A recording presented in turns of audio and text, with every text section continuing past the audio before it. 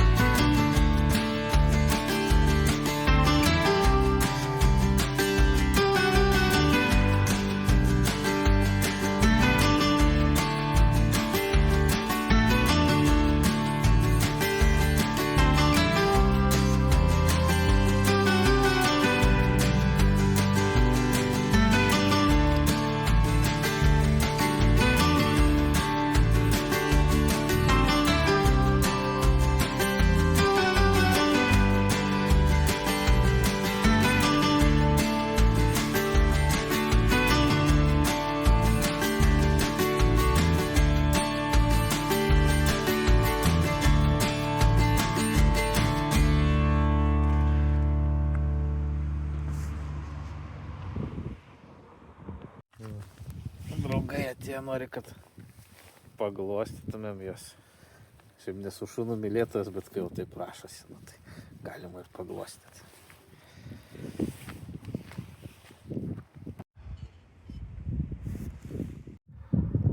Atvažiavom čia prie tos žymios pilies. Viskas aptverta. Darbo laikas nuo 10. Čia vat realiai arčiausiai, kur gali prieit. Nu, nebent esi labai jau ten alpinistas, tai gal čia kaip nors per aplinkų įlipt. Visą dieną tam paaukot. Skirtingi lygiai apsilankimo. Yra kur tiesiog pavaikščiot. Čia kokie 7 eurai, už 15 eurų sunkiausia trasa. Biški gal gaila, kad uždaryta, bet negalvojau, kad čia yra kažkoks darbo laikas ir kad reikia jį pataikyti. Nu, iš kitos pusės, tai tos tvirtovės pilys jos iš tolo gražios, o iš arti tai ten jau tik sienas matai.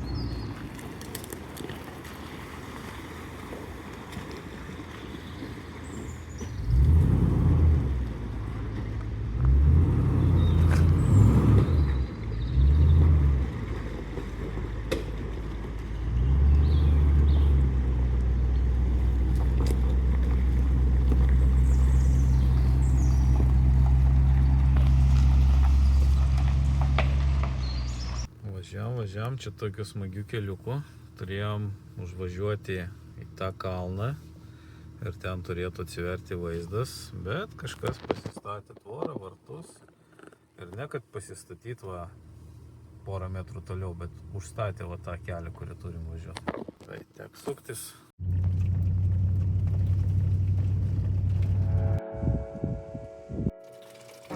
Pildom vandens atsargas natūralių krištolo skaidrumo vandeniu.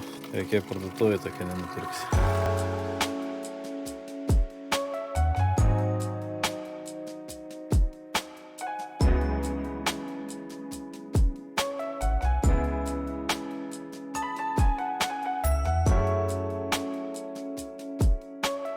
Kilometro 20 haikas ir atsiveria va tokia panorama.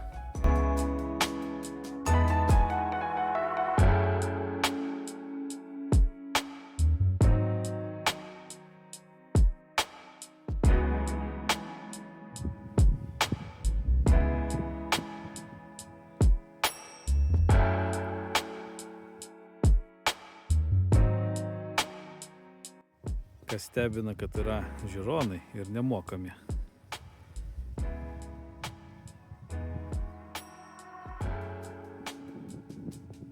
Va, kiek priartina. Kitoje upės pusėje Rumunija.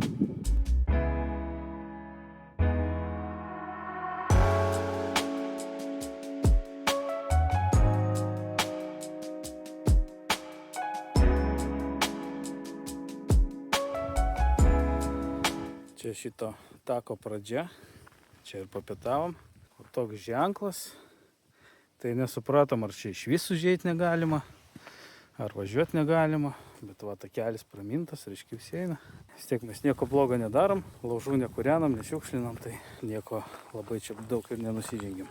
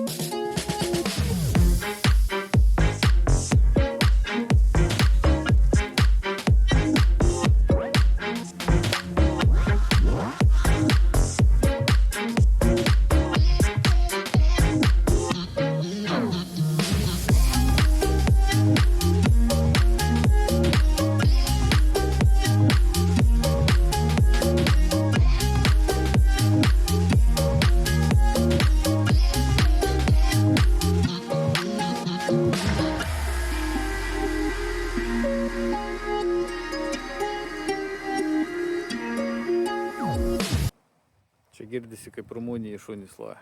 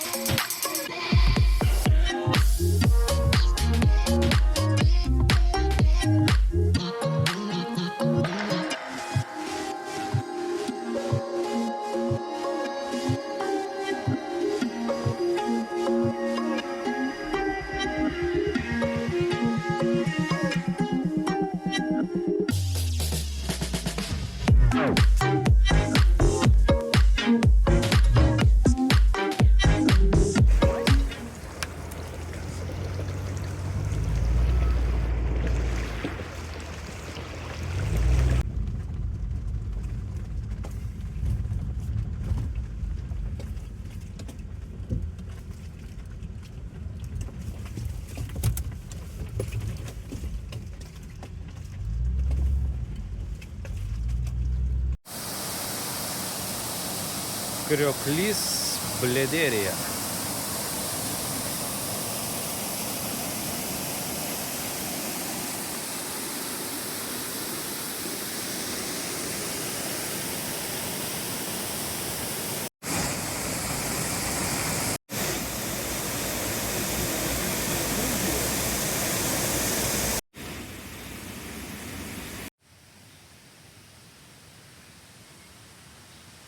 Čia prie to krioklio tokia didelė pieva su pavėsinėm.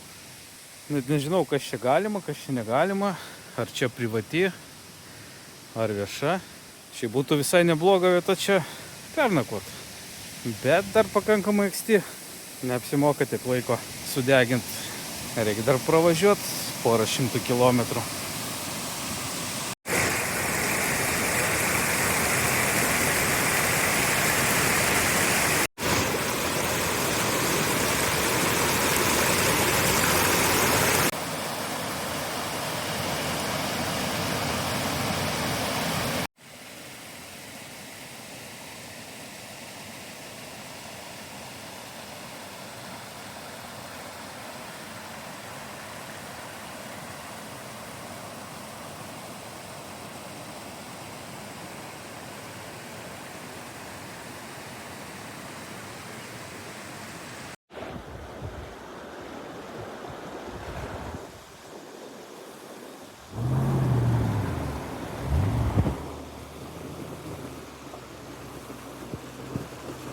Dar vienas karklys pakeliui. Nerandam juodos arbatos. Dviejose parduotuvėse buvom. Visokių arbatų yra, bet juodos nėra.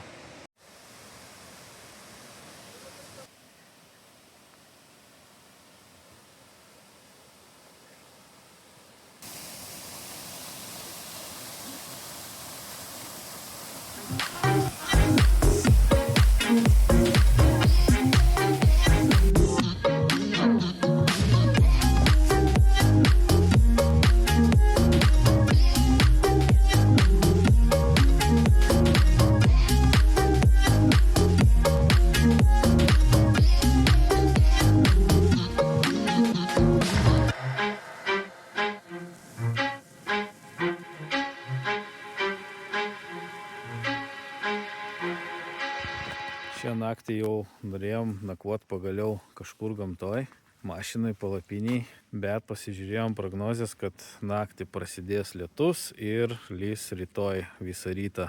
Tai nelabai norisi atsibust su lietum. Visgi laukia daromės valgyt. Vienas iš mūsų laukia palapiniai miega, tai išsinuomavom tokį namą. Tikrai fainas, atrodo žymiai geriau nei nuotraukose. Yra net baseinas, viskas čia papuošta lemputėm ir taip toliau. Pradžiai galvojom, kad čia išvis tik kaip kambarys ar kaip butas. Čia pasirodo visas namas. Taip viskas atrodo iš vidaus. Prieškambarys su virtuvė. Realiai žymiai gražiau nei nuotraukose. Nuotraukose toks atrodė kaip grinai kaimo medinis, o realiai tai, aišku, ten ne super euro remontas, bet tikrai jauku, malonu ir su malonumu čia dar grįžčiau, nes praeitą tai ten tai tikrai negrįžčiau, net jeigu nemokamas būtų. Kas svarbiausia, kaina 27 eurai. Na, kai tiek kainuoja nakvynės, tai net nesinori ten palapinės traukti. Realiai daugiau laiko sugaiši, kol ten vietą rasi kažkur prisiparkuot, kol ten blūdinsi, kai visada ten užkampių ieškosi, kur ten gerai atsistot, kad nieks netrukdytų ir panašiai. Jo, tačiau už 27 eurus gali visą namą išsinuomoti. Pasaka tiesiog.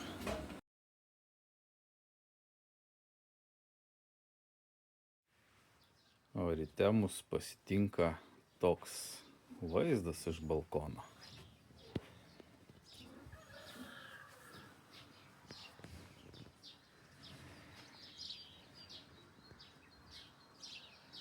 Piratų vėliava. Už 27 eurus. Negaliu suvokti, kaip galima taip pigiai ir taip gerai.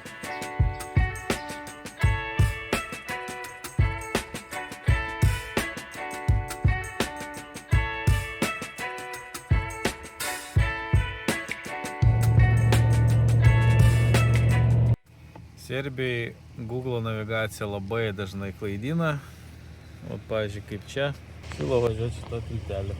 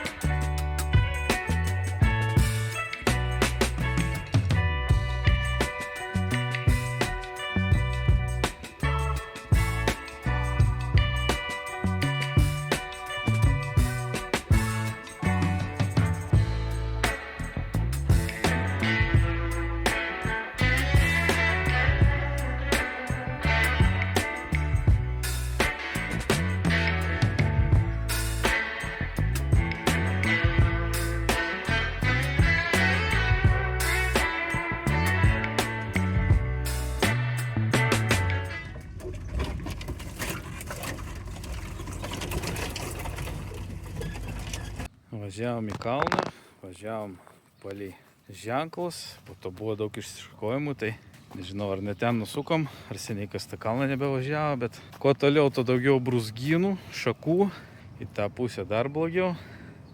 Ir apsisuk nėra kur, vienoje vietoje, o ten biškį prasivalėm šakas, bandysim. Nes toliau tai dar baisiau nesinori ten važiuoti.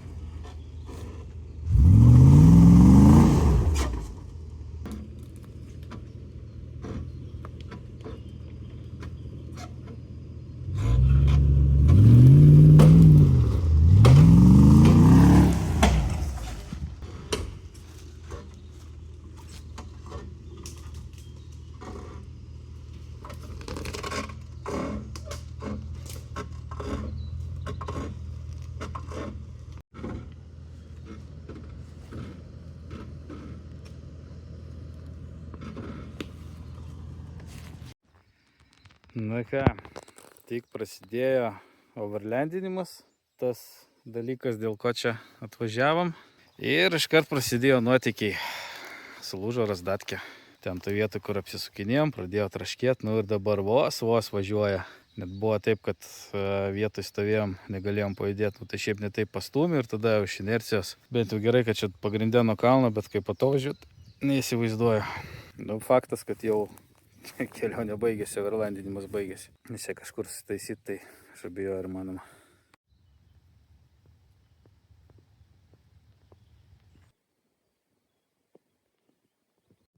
Kol galvojom, ką daryti, tai prie to paties pietaujam. Prirašiau ten visokias Facebook'o grupės čia ir radau vietinių visureigių grupių ir šiaip emigrantų grupių. Tikiuosi, gal pavyks razdatkę čia ir pakeisti. Nes visgi iki Lietuvos kelias tolimas ir atostogus tik prasidėjo, ten nesinori užbaigti dabar. Bet realiai nemačiau nei vieno ant cruiserio čia. Šalis pagrindė mažų hatchbackų, tai jau čia bus sunku kažką rasti. Gal kartais įmanoma būtų suremontuoti, bet remontų irgi naujas dalis reikalingos, tai tas irgi užtruktų. Lietuvoje pas save namie tokie remontai užtrunka savaitėm, kartais net mėnesiais, kol susirandi detalę, kol nusipirki, kol parsiveži, kol sulauki eilės servise, po to dar išaiškėja, kad ten kažko trūksta, kažkas netinka, tai ir savaitės, ir mėnesiais. Tai čia kelionė, nežinau. Situacija tokia. Visą dieną praleidom telefone, naršėm, ieškojom, pradžioje ieškojau serviso, bet po to pagalvojau, kokia prasmė iš serviso, kai nėra detalių. Pradėjau ieškoti detalių ir šitų mašinų čia Serbijoje iš vis nėra. Dalimis ten 2 skelbimus tik visoje Serbijoje radau. Vienas neatsiliepė, kitas sako, nieko neturi šitų modelių. Žodžiu, skelbimas yra, dalių nėra. Tada į vieną servisą kontaktavau, kur užsiima jau tokiom mašinom. Tai sako, vis tiek jau šią savaitę niekaip, dar plus šventės pas juos prasideda nuo penktadienio iki pirmadienio, šiandien antradienis, tai realiai turim 3 dienas, per 3 dienas jeigu nepasitaisom, tai ir liekam tada dar 5 dienom. O servisas sako, šią savaitę jau niekaip, tai tik tais po švenčių ir sako, vis tiek neturi detalių šitai mašinai. Tai bandom kitus variantus, čia jau traliukų susiradom, kur į Lietuvą parvežtų, kaina nuo 1,5 iki 2 tūkstančių, jau 3 galintys parvežti. Problemas kaip ir nėra. Ir yra draudimas, civilinio Lietuvos draudimo, techninė pagalba už papildomus ten gal 40 eurų. Kaip žinodamas, paėmiau, dengia iki 1,5 tūkstančio, tai plius minus galima beveik nemokamai parsivežti mašiną į Lietuvą, tada patys įmam kuprinės ir, nežinau, važiuojam traukiniais, autobusais dar kažkaip, ne į Lietuvą, nes realiai mūsų atostogos tik dabar prasidėjo. Tai biškį apmaudu būtų parvažiuoti namo. Norėtųsi labiau tą mašiną kažkur čia pasitaisyti ir tęsti kelionę. Aišku, maršrutas jau sutrumpėtų, bet vis tiek virš savaitės lieka kelionės. Tas dar visa šita savaitė ir praktiškai visa sekanti savaitė. Čia pažiūrėjau, kad jau Bulgarija visai netoli, Sofija, sostinė visai netoli. Viskas čia buvo Facebook'e, per grupės, per offroaderių grupės, per Toyota grupės, Land Cruiserių grupės. Tai Serbijoje, rašo žmonės ten, nori kažką patarti ir panašiai. Ten šiaip parašiau tam šeimininkui, pas kurį mėgojom, tai labai draugiškas, malonus, aš kartam pradėjau visiems skambinėti, nors mašinas vis ten nelabai ką supranta. Tai pradėjo ten skambinėti mechanikam, taip toliau, davė kontaktus artimiausio Toyotos atstovybės, bet jau buvo po 5. Kelios minutės jau nebedirbo, bet nemanau, kad atstovybė čia ką padėtų. Atstovybė tai tik tai sugeba aptarnavimus daryti už kosminės kainas, o ne mašinas remontuoti. Nebent sakys, užsakinėjom razdatkį iš Japonijos, laukit mėnesį ir ten kainuos daugiau nei mašina jūsų kainuoja.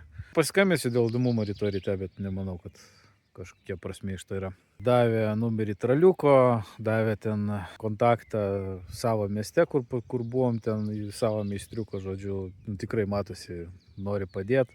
Siūlėsi atvažiuoti čia mūsų paimti, pas save parsivežti, kad turėtum kur nakvoti. Tai sakau, mums nakvynė tai čia ne problema, mes čia ir važiavam, kad kažkur laukia mėgoti mašinai palapiniai. Tai va, paskutinės kelias valandas jau perėjo į bulgarišką Facebooką, irgi grupės. Aktyvumo tikrai daugiau.